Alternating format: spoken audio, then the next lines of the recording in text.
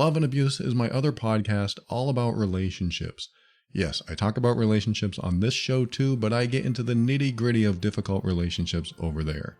Anything from minor arguments to full-on emotional abuse or worse. If you have any challenges in a relationship that you're in, whether it's with a friend, family, or partner, head over to loveandabuse.com. Welcome to The Overwhelmed Brain, where you'll learn to make decisions that are right for you so that you can create the life you want now.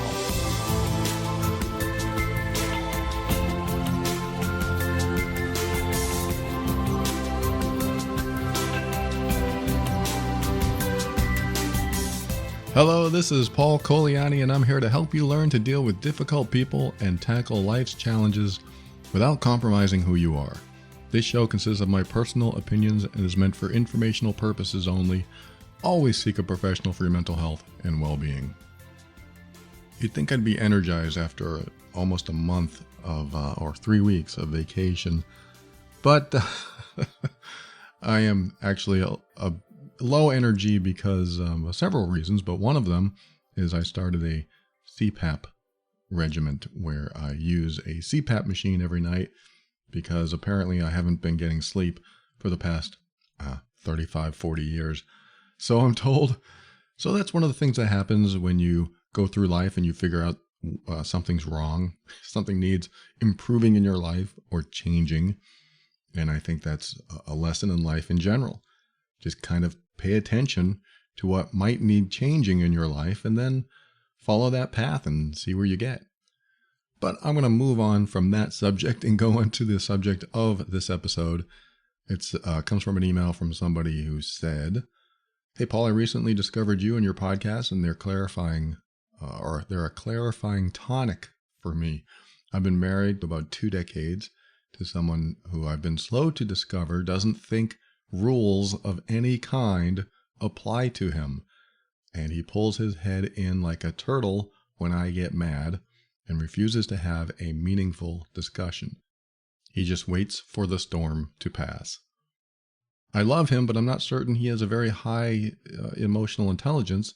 How does that correlate with other kinds of intelligence? He was turned loose as a kid and had virtually no boundaries, and this is how he acts now. There's more to it than that, including my past as a survivor of emotionally and physically abusive father. Sometimes I think I'm punishing my husband for the sins of my father. Anyway, your wide spectrum podcasts are meaningful and useful to me. Thank you for the great contribution to society." Well, thank you for those words. And thank you for sharing that. I appreciate that. And I'm so sorry you're going through this. Let me try to pick apart this email. Not pick you apart, but pick apart what's going on in your relationship. The first thing that you said is he doesn't think he has any rules, or he doesn't think rules of any kind apply to him. When I hear that, I think of something that may not be pleasant to hear, but I think of antisocial personality disorder. I'm not a professional in that area, and I'm not allowed to diagnose that, especially on a podcast when we haven't even met. But that's what they used to call sociopaths, antisocial personality disorder. That's what sociopaths do. They don't care. They don't think that the rules apply to them. They don't view authority as their authority. So they do whatever they want. So there could be some personality characteristics of ASPD in him that may need addressing. I don't know. Again, don't ask me, ask a professional in that area. But that is the first thing I think of. The rules don't apply to him. That means he doesn't care about the rules or probably the rule makers. I've met sociopathic people, and that's exactly how they are. So that's just something to think about. I'm not trying to put you down a path that may not exist, and I might be completely wrong. In fact, I'll kind of go down a road where I think I might be wrong about that. And that is when you said he puts his head in his shell like a turtle. He hides when you get angry. Now, this is something I used to do. I used to put my head in the shell. I used to hide. I used to be silent. I used to withdraw. Because withdrawing was the only way I knew how to cope. That was my coping mechanism. So he could have a coping mechanism where he withdraws. Coping mechanisms are what we develop when we're children, typically, and they help us cope with the challenges that come along, because as children, we don't know exactly how to deal with things, so we figure it out. And figuring it out is a survival mechanism. And when you develop a survival mechanism, it's to help you survive the moment because you don't know how dangerous it is. So the challenges that come along could be from a parent, could be from another family member, could be from a neighbor, and whatever. It could be from anything, anywhere. So we do our best to deal with that situation and process it. And this is called coping. How do I cope with this? This is something I talk about in my Healed Being program all the time with emotionally abusive people that want to change. They don't want to do the emotionally abusive behavior anymore, so they need new coping mechanisms. They need to know how to cope with things differently. If my friend or my loved one yells at me, how do I cope with that? Some people will withdraw.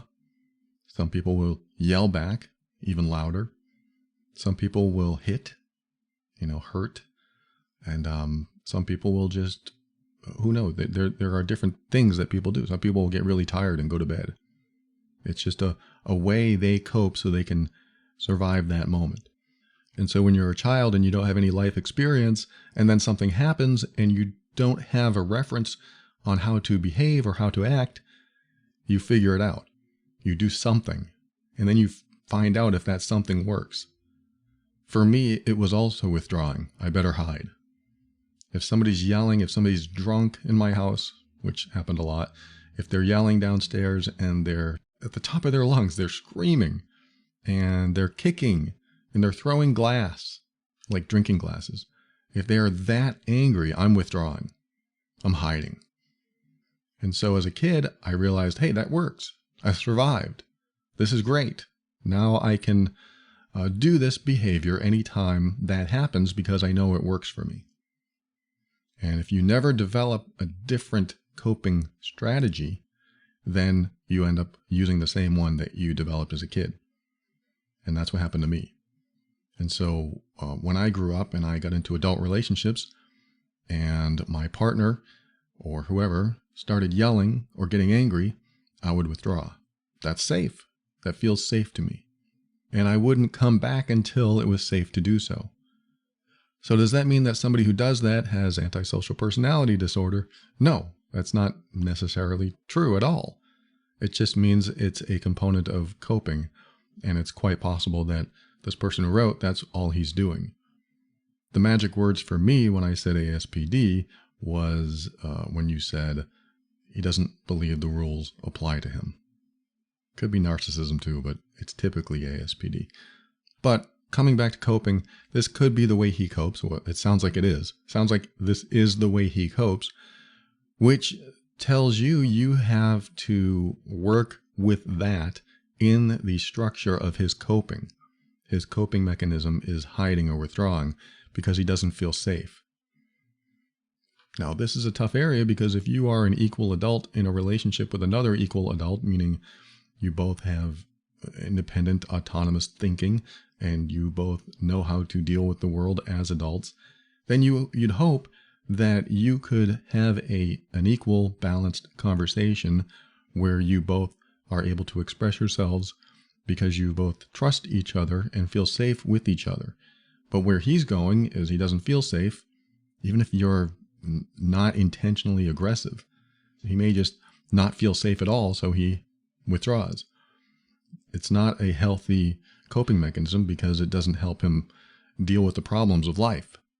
If he withdraws every time there's a problem, guess what doesn't get resolved? Almost everything. Almost everything doesn't get resolved because he's withdrawing. I was a genius at this. I used to withdraw easily. I would get so angry and I would withdraw. It wasn't that I was afraid of what I would do or say when I was angry.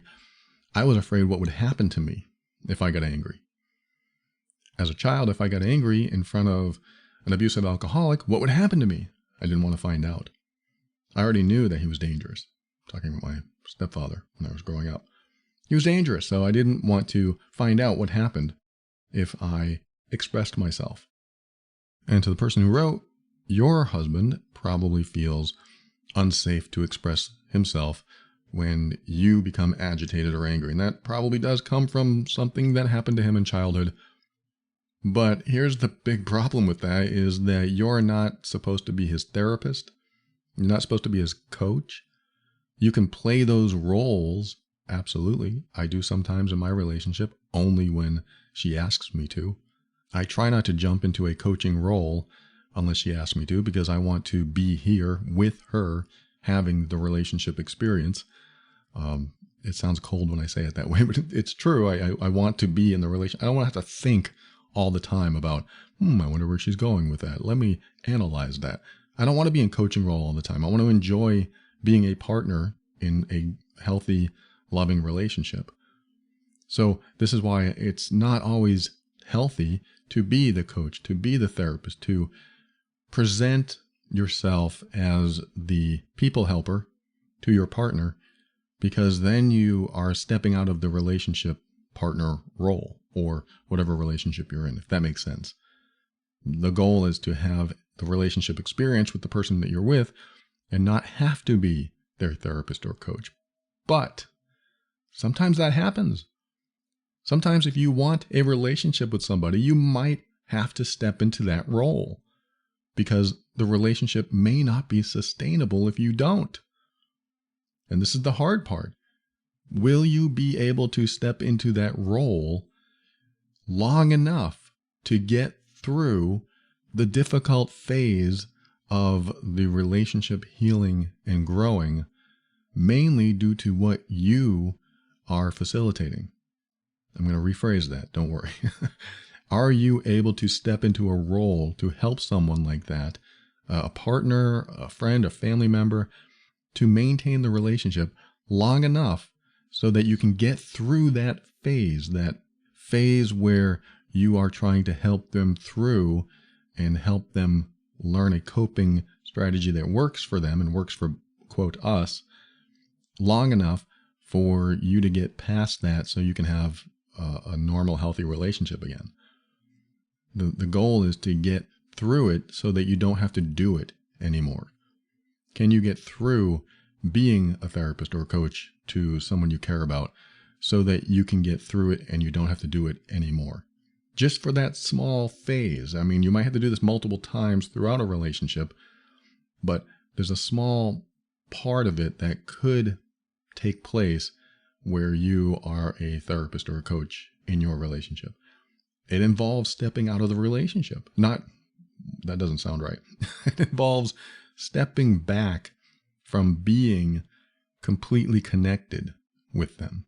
It involves seeing them more objectively from a distance where you aren't personally affected and triggered, which is very hard to do. If you have a history with someone, it is very hard not to get stuck in your own stuff when you're trying to help someone else. So where am I going with this? The idea is if you want to maintain a relationship and you're willing to step into a people helper sort of role, that you might have to do it from a small emotional disconnect. And that will help you help someone as if you aren't part of that relationship issue. It's a challenge. It's even a challenge to explain. But if you can do it, and they're a willing participant in it, then what you end up with is a possible healing that could take place. Now, with all that said, the person who wrote, let's just say that we can agree that your husband's coping mechanism is to withdraw. He wants to feel safe. When he withdraws, if you were to choose to be the therapist, the coach, the best friend that's not necessarily in the relationship in that moment, meaning you take yourself out, get out of your own stuff, don't go in your own mental space and your emotional space that has anything to do with the relationship, and you see this from a distance, you see what's happening from the outside of the relationship, and you can perhaps guide someone in a way or talk to someone in a way where you aren't personally affected, then you might be able to ask a question like, what do you need to feel safe right now? That's it. You might need to ask that question. They're in this coping state right now. They are trying to cope. They're in this space. And the question might be, what do you need to feel safe right now? That might help them open up, or they may stay closed, like this person who wrote. He may stay closed. He may not want to come out because he's practiced this for a very long time, and he learned it at a very young age when it was probably impressionable and imprinted in him. And this is the way you're supposed to do it. Don't ever stray. So if he is doing something that he feels like he's supposed to do, because this is how you survive, it may be hard to get him out. And again, this isn't your job. I shouldn't have to say, well, this is what you need to do. You need to be the therapist or the coach and walk your loved one through it. You shouldn't have to. This is what therapists and coaches are for. They shouldn't be in the relationship as the other person in the relationship, because it's hard. It's too hard to deal with something that close to you, or process it and work through it and help somebody else through it. Because what if they said, I hate when my partner does this, and you're the partner.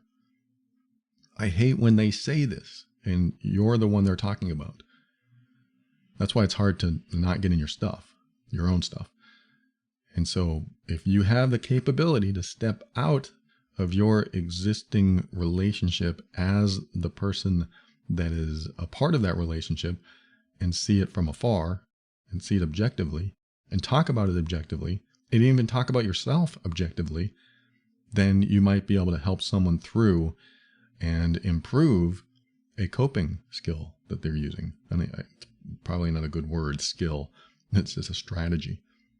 If you can help them through their coping strategy to improve it, to change it, so that they can be more present and are able to feel safer with you, then you might be able to get to a normalcy in the relationship that would drive it farther and progress more, and maybe even strengthen the bond. But again, I have to emphasize that, first of all, it's very hard to do this because you're involved. You're right in it with them. Secondly, it's not your job. It's not your job to be the therapist or the coach. And it actually might affect the relationship negatively, because now someone sort of has an upper hand on what happens, and the other person might not take that well. Again, there has to be two willing participants here. And thirdly, there are other people that should do that. There really are other people that should do that. A third party that isn't so enmeshed or involved, or at all really, that they can look at two people and see what's going on from a distance, or close in, just looking at them, just listening to them, listening to how they communicate.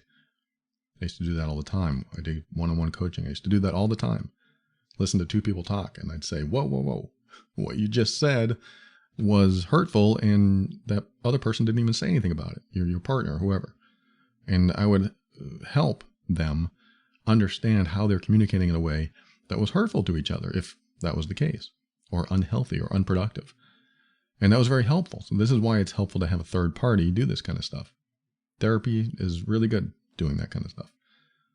But if you are going to try to do this, if you want to figure out how you can work through this, then it does, I believe, it does involve stepping out, emotionally disconnecting a little bit. You still care, you're just not in that space with them. You can still be somewhat empathetic, but not so much that you get sucked back into the drama or the dilemma. You don't want to get stuck in their coping strategy. You don't want to get stuck where they are. So I've already said one thing you can ask or say, which is, what can I do or say to help you feel safer? And that might give you a response that will be helpful. But let's just say that they're not ready. They're really out there. They're afraid, and they're withdrawing, or whatever they're feeling. Another thing you can do is say, look, I know you're withdrawing right now, and when you do this, it makes me feel a certain way, and I would like to share that with you, how I feel when you withdraw. So what you're doing is stepping into vulnerability and letting them know that when they withdraw, this is how I feel. I remember I did this or my wife did this to me when I was married. She said, when you withdraw like that, it makes me feel like you don't care about me. It makes me feel you don't love me. It makes me feel like, or what did she say? She said, I don't know where you are. I don't know where you are, and that really concerns me because you're just gone. And she really highlighted something for me. I didn't change at that time because I still haven't figured out a lot of what was going on in my own life and why I had so many dysfunctions. So I wasn't changing and I was staying the same. And she wasn't my coach. She wasn't my therapist. She was definitely helpful and she was doing her best, but I still had a lot to work on. So I wasn't changing. This is why I'm telling you now, there are ways to talk to somebody when they're in their coping strategy to help them feel safer enough to come back and express. I mean, it's not always going to happen. Some people will stay there. And they also have previous references to refer to that have happened, previous experiences with you that have happened that made them realize that when you come back, you're going to be in a dangerous situation. So I better stay there. This isn't your fault. Maybe there's times when you were aggressive or they were aggressive and you had to do something to cope with that moment or whatever. And you didn't change because you didn't feel safe enough, or you didn't come back because you didn't feel safe enough. So you stayed in that state of mind or emotional state. And when you're there, it's hard to get back, especially if you are afraid or you have other thoughts that you haven't finished processing yet. And all kinds of things are going on in the brain at that time. So I'm sharing all this just to help this person who wrote regarding when her partner hides and withdraws to protect himself, which I believe that's what he's doing, is protecting himself. I mean, I guess he could say, I just don't want to be angry at her, so I'm withdrawing so I don't get angry. But from what it sounds like this is the way he copes, the way he gets through these challenges in his life so that he can survive. That's his survival mechanism. And if you know that he's currently coping this way and you want to try to help him out, become the coach or the therapist, you can say, hey, I know that you're in this state of mind right now, that you've withdrawn and you feel safer there. Maybe he doesn't. Maybe he doesn't feel safer there, but this is my assumption. I know that you've withdrawn and you feel safer there, but I want to let you know it's okay to come back and talk to me about this, and I am ready to have a productive discussion about it. It may get you nowhere, but the whole goal when you're dealing with somebody in a coping state is to make them feel safe enough so that they don't have to rely on their old coping strategy to get through a challenge. If somebody's in a coping strategy and you can't get through to them, it's very possible that they are waiting for the safe moment to come back. And when it's safe and they come back, then everything is back to normal, or quote, back to normal. And I'm willing to bet that when he comes back, the person who wrote, her husband, when he comes back, it's probably because of a series of events have happened. Maybe you stopped talking about it. Maybe he sees your face has changed and it's no longer angry. Maybe you've gone on to do other things. Maybe he just needs a certain amount of time to come back. But a series of events, a series of circumstances have taken place, so he feels safe enough to come back. And to know what those circumstances are may help you get him back sooner. And let me just stress this one more time. It's not necessarily your job to do that, because it does require some extra steps. Like, you should not have to baby someone. You should not have to coddle them. You should not have to treat them like a child or even a patient or a client. You should be able to talk to a partner, a loved one, as if you were equals. Hey, why are you silent? I'm silent because of this. That should be the healthy, productive conversation that you should have, but a lot of people can't do it. A lot of people get stuck in that coping strategy and they can't get out. So coming back to what I was saying earlier, if you want to maintain a relationship and you want to try something, that might be what you want to do. You just have to remember they need to feel safe enough to come back out of that space. So if you act the same way every time they're doing their coping strategy, they're going to act the same way too. They're going to stay in that coping strategy until it's safe to come back.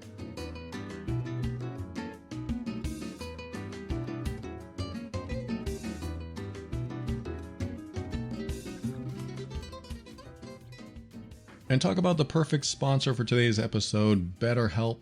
BetterHelp is online therapy, and I was talking about how we have people in our lives that we could play that inner coach or therapist, but boy, it's that very difficult to do in a relationship because you're both in it. You both very likely need a perspective of a professional that can see the things going on that you can't see. Because sometimes we're in the fishbowl so long, we don't even realize we're in the fishbowl.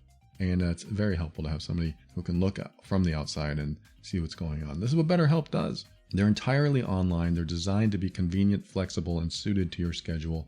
Just fill out a brief questionnaire to get matched with a licensed therapist. And if that therapist doesn't really work or you just don't vibe with them, you can switch therapists at any time for no additional charge. We all know that sometimes we're faced with tough choices in life and the path forward isn't always clear. I remember in my 20s, I was depressed and I needed somebody to help me through it. And boy, today's options, BetterHelp, oh my God, if I had BetterHelp then, things would have been so much easier and faster because I could have done it from home. I could have done it without even driving anywhere. It's just that easy. So if you're thinking about starting therapy, give BetterHelp a try. Go to betterhelp.com/brain and get 10% off your first month. That's BetterHelp, HELP.com/brain. Go there today and get 10% off your first month.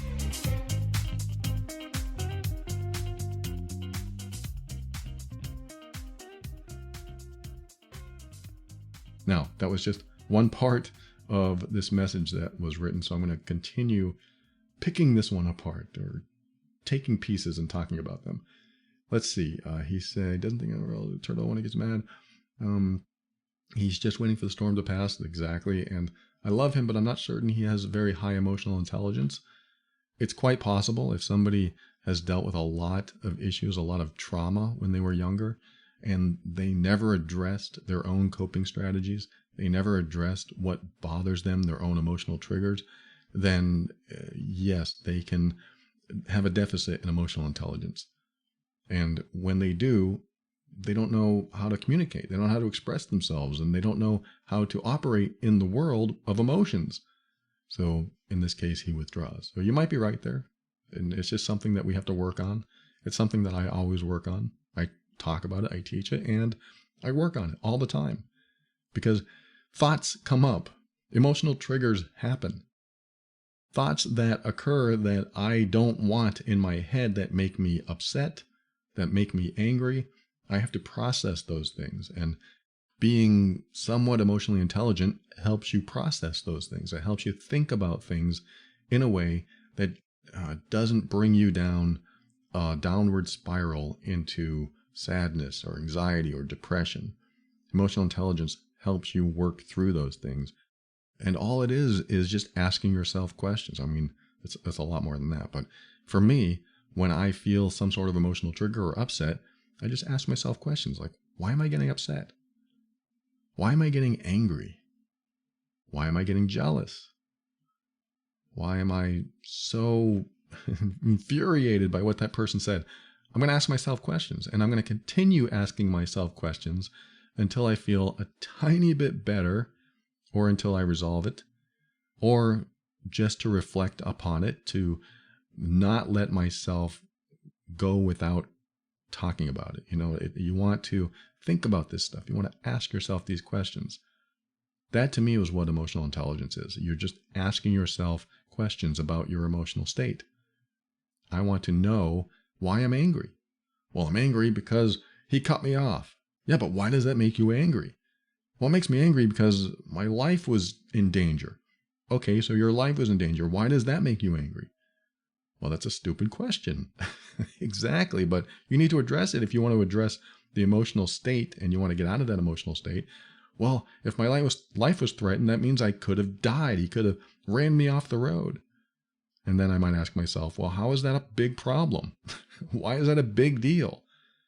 And then I'll get angry with myself. What do you mean, why is that a big deal? This is self-coaching. Why is that a big deal? Because I might get hurt or dead. Why is it a problem if you're hurt or dead? What? This is what I do to myself. This is how I process stuff. And I get to some pretty deep level, sometimes philosophical, sometimes enlightening things.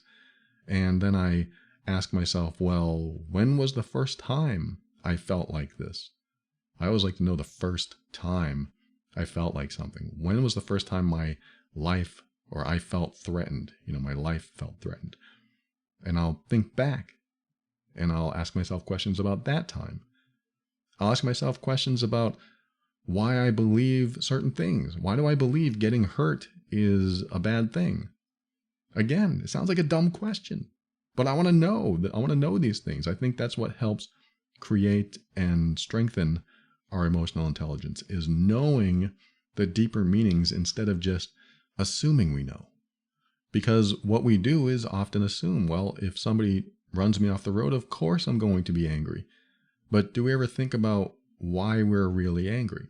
Well, of course I think about why I'm angry, because I would get run off the road and that's going to increase my insurance if I get into an accident, and I'm going to, maybe get hurt or lose my life. Of course I'm going to be angry. Yeah, but why do those things really make you angry? And this is called drilling down, or at least I call it drilling down into the deeper meaning underneath the emotions. That's part of exploring your emotional state and exploring why you believe the things you do and why you get upset about things. And a lot of it's obvious. It feels obvious, but believe me, when you start drilling down into this stuff, you find deeper meaning and you understand it more. And it gives you some sense of control of your emotional state, because you realize, well, I know I'm getting angry in this moment. It's kind of a stoic approach. I know I'm getting angry in this moment because this happened when I was a kid and I felt like I wasn't going to get love and support. And I felt like if I didn't get love and support, that I would be alone, and feeling alone feels like I'm going to die. And, you have this chain of events that happened in your life and these chain of emotions that are connected to these events that really make you understand where everything comes from inside you. I mean, you'll probably never fully understand it. If you do, congratulations. That's a huge accomplishment. So that's a great place to be. And I don't think I'm there. I don't think I know everything. And so what ends up happening is I constantly question the emotions that I don't like. I don't like feeling this. Let me question it. I'm going to drill down into those emotions. So that's at least mostly how I feel about how to develop and strengthen your emotional intelligence. And what's funny is that I've been doing this show almost 10 years, and I've never really talked about how to develop and strengthen your emotional intelligence. maybe once. But everything I talk about is about developing and strengthening your emotional intelligence. I just haven't dealt with it directly straight on like that, or at least called it that. Everything I talk about is about developing and strengthening your emotional intelligence. Anyway, coming back to this email, she said, how does emotional intelligence correlate with other kinds of intelligence? That's a tough question. That's a very tough. How does it correlate? I would say that if you're a brilliant mathematician, that you could be dumb as rocks with emotional intelligence, but that's not always hand in hand. You could be a brilliant mathematician and brilliant with emotional intelligence. You could be both. I don't often see hand in hand stuff. I don't often see correlation. I had a client that was brilliant. I mean, brilliant. Went to the top schools, and he didn't know how to navigate certain emotions and navigate certain relationship issues, because relationships always contain emotions, and he wasn't very good at that at all, but he was brilliant academically and brilliant in many other ways. He was a great guy. I loved talking to him, and I always felt a little dumber when we had conversations because he was so smart.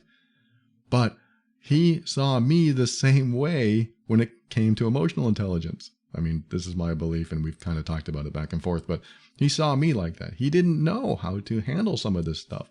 He didn't know how to deal with some emotional state. He didn't even know about boundaries. There were certain things that we had to talk about that he had no clue about, because he studied things in a different direction. He thought about things in a different direction. He went down that path. I went down this path. He's smart. I'm this emotional guy. So we have two different approaches to life, and I got more intelligent emotionally, and he got more intelligent in everything else in the world. And so we complemented each other in a lot of ways because he could do things that I couldn't, and I could help him with things that he didn't have a grasp on. So the point is that I don't know if there's a correlation at all. You either reflect on your emotional state or you don't. Does it help to be smarter? I think it helps to be curious. I think it helps to be very curious about your own emotions. Why am I happy right now? Why would you ask that question? A lot of people don't ask that question. They know why they're happy. But when you ask it, it suddenly becomes a quest for emotional intelligence. Why am I happy? Well, let's figure this out. What makes me happy right now? What are the circumstances that are making me happy right now? And maybe you don't want to explore that. If you're already happy, you probably don't have to explore that, and there's no issue. But I think it's important, if you want to be more emotionally intelligent, to ask yourself about your emotional state. Happy, sad, good or bad, doesn't matter. That's how I do it. That's how I do it. I don't always think about it. I'm not always in that state of mind. But when I first started coaching like 15 years ago, I had to think about this stuff. I had to think about all the reasons we do behaviors and all the reasons we might be in a certain emotional state and why we do the things we do. And so that it really helped to reflect upon my own emotional state and understand myself as much as possible so that I can understand others. We're all driving around in very similar machines. So it is helpful to understand yourself so you can understand others. Anyway, that's my answer with the correlation with other kinds of intelligence. So the next thing that this person said was he was turned loose as a kid and had virtually no boundaries, and this is how he acts now. So here's an interesting thought. I was actually turned loose as a kid and had no boundaries as well. My mom did not care, she cared, but she did not care if I walked miles and miles to the bowling alley. When I used to live in this neighborhood, there was a bowling alley in different directions, and I went in different directions by myself at around, 10 years old. I mean, imagine allowing your kid at 10 years old to walk miles and miles through the streets and get to a place in a city by themselves and do their own thing. That's what happened to me. I had no boundaries. My mom just let me do anything. I'm going to go walk to the bowling alley. It's 3 miles away. She didn't, I want to say she didn't care. She loved me. She cared, but she never enforced that I had to stay home or even come home. She just let me do anything I want.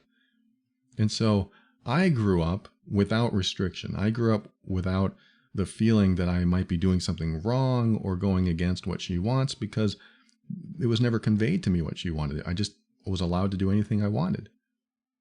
The difference maybe between me and someone like this, and this might come back to the antisocial personality disorder, is that when I had no boundaries, I still had empathy.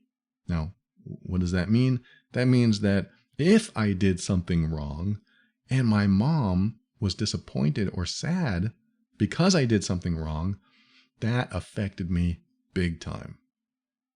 I remember one time I rode a skateboard in the house. I was, again, like 10 or 11, and my mom said, "Don't ride the skateboard in the house." I mean, she did have that boundary. She said, "I'm telling you shouldn't ride that skateboard in the house. Don't do it." And I, as a kid with no boundaries, I'm thinking, well, no big deal. I'm going to ride. And we had this ledge in our house, or stair, that went into what we called the green room, which is basically the sunroom. And the green room had a giant sliding glass window. And I'm riding my plastic skateboard, and I'm like going over the ledge. I'm riding it and going over the ledge and landing, going over the ledge and landing several times. So I'm thinking, I don't care what my mom says. I'm going to do it because it's safe and I'm not getting hurt. I thought she was worried I would get hurt, but I wasn't getting hurt, so I kept doing it. And then I rode over the ledge and I slipped. I didn't get hurt, but that skateboard smashed through the sliding glass door, or at least one of the windows.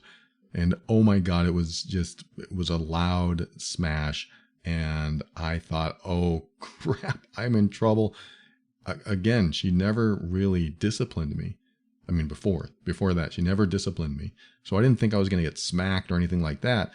But boy, I was afraid of her response. I was afraid of her reaction to that. And I remember taking off I think I had a blue denim coat on, and I tried to hide the hole the skateboard created through the window. And she comes on and says, "What was that? What was that?"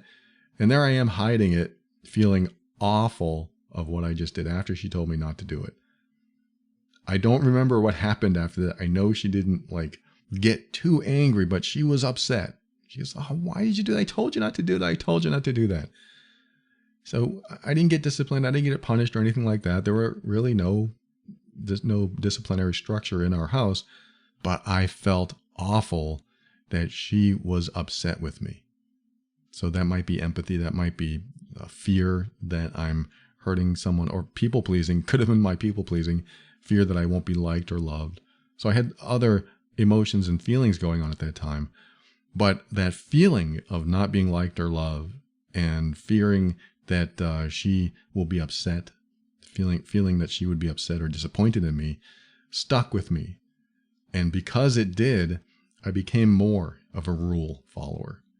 I became more of someone who, even though there were no rules necessarily in my house, I certainly did not want to disappoint, and I certainly did not want to feel unloved. And so I think that drove my own life and how I lived my life from that point on. And of course, I turned into a dysfunctional people pleaser later on in life, which I had to heal from as well. But that was what drove me and my behaviors growing up. Now, when it comes to this email and this person who said that the rules don't apply to him, she said that the rules don't seem to apply to him, or he believes the rules don't apply to him. That leads me back to ASPD, antisocial personality disorder, that could be present, or at least elements of it could be present in him, because if he didn't feel bad as a kid when he did things wrong, because he had no boundaries as well, his response might not have been, "I don't care how people think of me. I don't care about getting in trouble. It doesn't matter to me." And that's why he felt freedom to do anything he wanted as he was growing up. So that's possible too. And again, these are just guesses. This would have to be professionally diagnosed. But it kind of makes me go back to that ASPD thing, because if that's the case, then it's important to know if you really are dealing with somebody with ASPD, because you may not be able to get through to them. You may not be able to convince them, and they may not feel bad when you're suffering. And if they don't feel bad when you're suffering, you might not be able to do anything about it, because sociopathy is a personality disorder. And because of that, we're told that people are born with it. And I don't know enough about it to really get into the details, and I definitely am not qualified to talk about it. But there's an opinion in there somewhere that can help you maybe research that more, if that helps. And so him having no boundaries as a kid and me having no boundaries as a kid, we could handle those things differently because of how we're born, how our brain is wired, or how we grew up, how we learn to cope, all that stuff. All that's relevant. Now, let me get to the rest of this email. She said that she was a survivor of emotionally and physically abusive father. And sometimes I think I'm punishing my husband for the sins of my father. That's an interesting comment.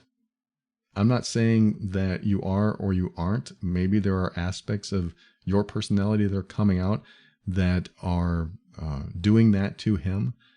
But if he is everything that we kind of talked about today, then it probably wouldn't matter how you treated him unless you were the type of person that fully submitted to everything that he wanted you to do. That's my opinion. If you are the type of person that is willing to submit to everything that he wants you to do, then maybe you'll get along, but it would still be difficult.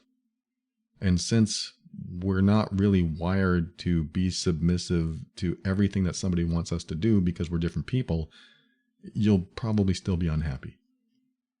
So again, these are just opinions and my perception of things.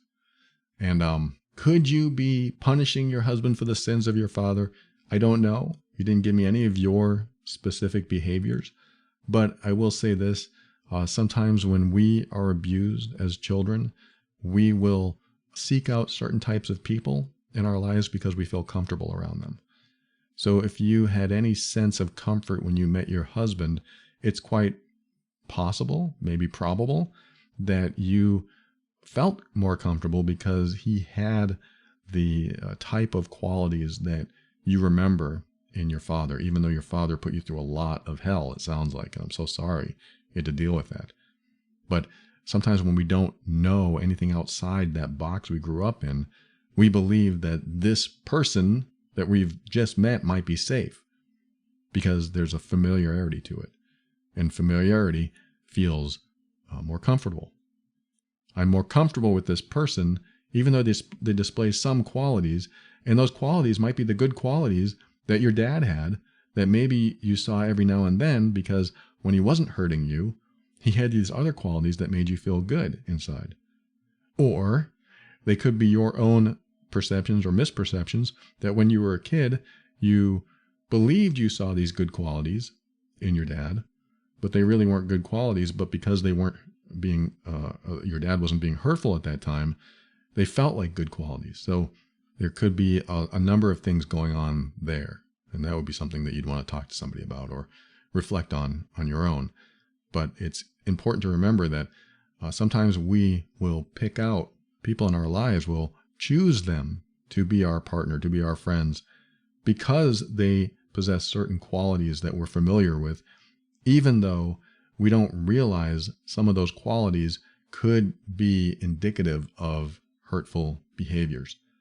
So if your dad had some good qualities, which I'm sure he did, when he wasn't hurting you, you probably saw some good qualities. And if you didn't see those qualities, you were probably on a quest to feel loved, to feel worthy, and you were doing everything you can to get those things from him. And sometimes when we're on that quest to get certain feelings from someone else, we'll see things that aren't always there just so we can feel it. And that's quite possible what happened in your past, maybe. Quite possible what happened in your relationship with this person. You might see things that really aren't there because you want to feel it inside of you, so you kind of put it there. I don't know if that's true for you or not. I'm just putting that out there as a thought. And if that thought is helpful, then I hope it helps with your healing. So I think that's all I really have to say about this email. Thank you for writing that email. So sorry you're going through this. I really do hope that some of my words can help you reflect on your own situation and help you figure things out. Thanks again for writing, and thanks for joining me for another episode of The Overwhelmed Brain. I'm just going to read you the patrons of the week: Wanda, Chris, Kelly, Dilek, Victoria, Maria, and Sally, and a new patron. I know this person, Brian. Thank you for your support. Wow, that is, I didn't expect to see your name there. This is kind of a personal comment to Brian. You didn't have to become a patron. It's been great connecting with you in other places, and I'm so glad that you are getting into a better space inside yourself. So thank you, Brian, and thank you, Wanda, Chris, and Kelly, Dilek, everyone that's in the patron program. I appreciate all of you, and I'm very grateful for your support.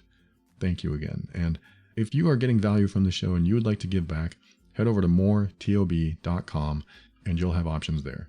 Thank you again, patrons. I am super grateful.